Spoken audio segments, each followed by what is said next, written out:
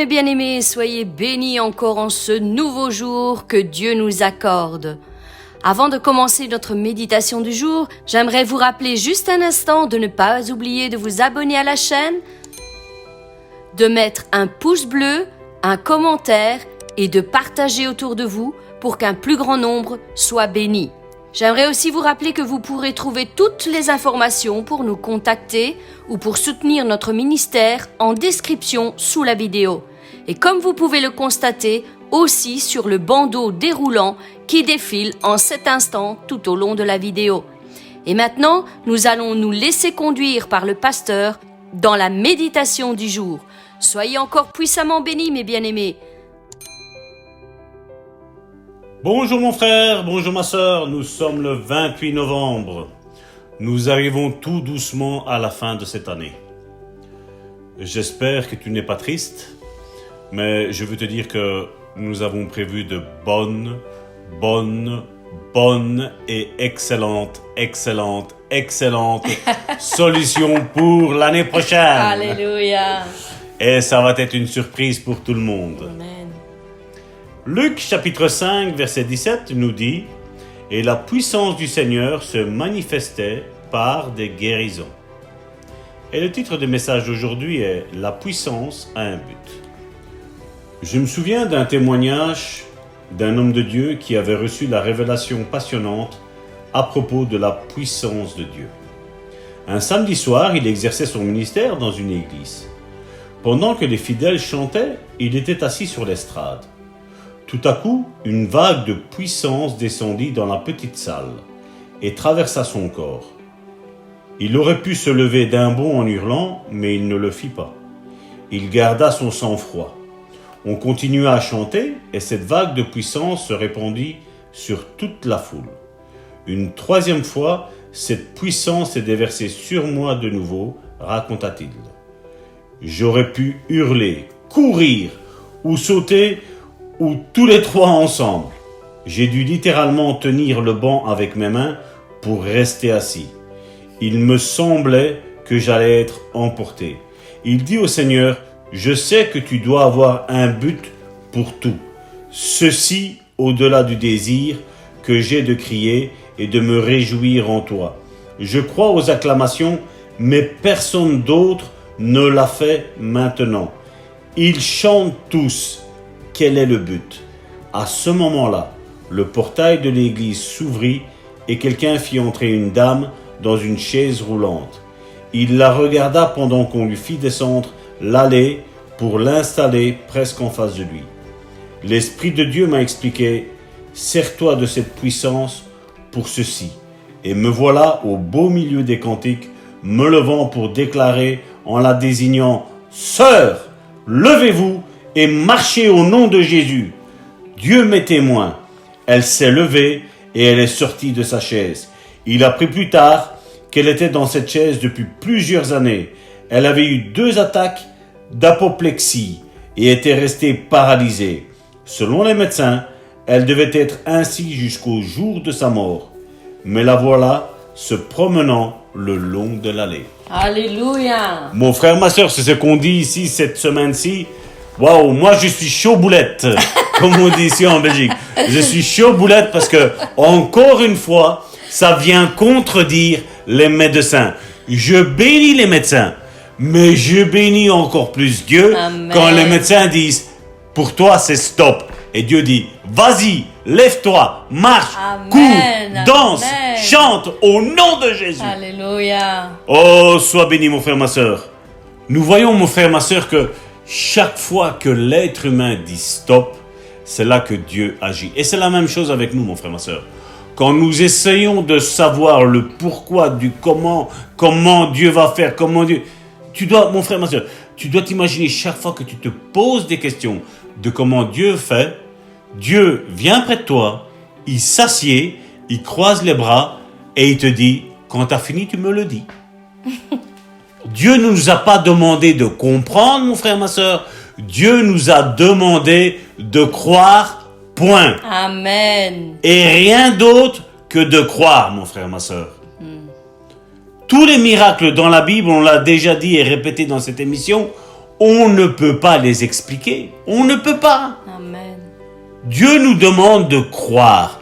Dieu nous demande d'avoir la foi. C'est-à-dire qu'on doit le croire et qu'on doit lui faire confiance. On ne doit pas douter. Jésus nous l'a dit, que quand nous doutons, nous sommes comme des insensés.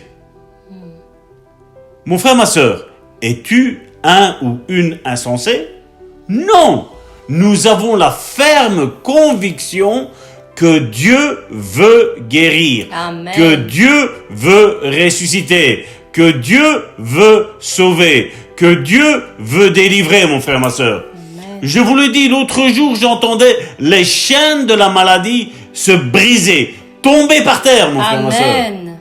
Et si tu as perdu ce film, mon frère, ma sœur, je t'invite à aller quelques jours en arrière et réécouter. Cette dernière semaine, tu la réécoutes, tu dis voilà, je veux recevoir ma guérison. Amen. Je veux être persévérant. Et nous voulons voir ton témoignage en disant voilà, je l'ai écouté une fois, je l'ai écouté deux fois et c'est rien passé, mais la troisième fois, bam, j'ai eu mon miracle au nom de Jésus. Alléluia. Oui, parce que ton miracle est là, mon frère, ma sœur. Ton miracle est là, c'est maintenant, c'est pas demain, c'était pas hier, c'est aujourd'hui. Aujourd'hui, Dieu veut te guérir, mon frère, ma sœur. Amen. Peu importe si tu vas écouter une méditation que nous avons faite en différé, mon frère, ma sœur. Peu importe. Tu dis, voilà, je veux ma guérison. Sois convaincu, mon frère, ma sœur. Amen. Dis-toi, je ne sais pas pourquoi, mais voilà, ce jour-ci, je veux ma guérison. Sois un battant, sois une battante, mon frère, ma sœur. Amen. Sois un guerrier, sois une guerrière, mon frère, ma sœur. Alléluia. Bats-toi. T'en as pas marre de rester dans la maladie. T'as pas envie de donner un coup de poing à l'ennemi et dire stop maintenant, j'en ai marre maintenant. Ça suffit. Il faut que ça change. Amen. Amen. Il faut que ma situation soit différente de ce que j'ai vécu jusqu'à aujourd'hui. Mon frère, ma sœur, tu l'as peut-être dit, mais je ne l'ai pas entendu jusqu'ici. Dis-le plus fort. Bon, allez, je vais voir si je t'entends. Je vais vous aider, mes bien-aimés.